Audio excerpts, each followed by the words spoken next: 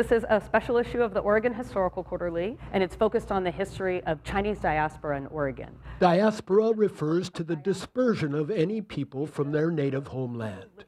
Editor Eliza Canty-Jones says the publication shows the important presence of Chinese people in Oregon. Here we go. Searching for Salem's early Chinese community.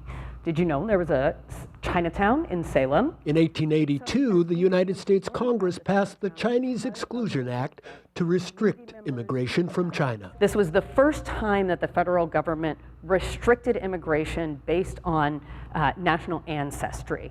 And it was very significant in changing the Chinese population here in Oregon as elsewhere in the West and in the United States. Along with that population impact, the history of Chinese people was distorted. But there has also been an intentional misremembering. In the early 1880s, Grant County had successful Chinese-owned mining companies, and around 40% of the county's population was Chinese.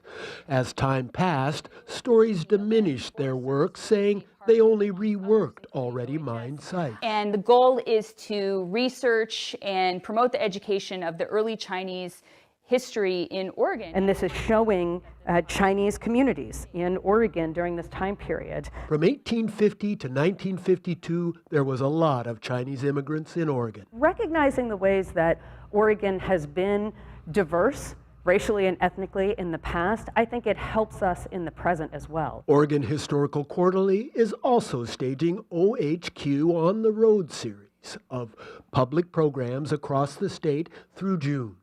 It brings scholars and family experts together to share the true history of Oregon's Chinese people. To help us develop a more complete picture of Oregon history. I'm Stephen Redlin, KGW News.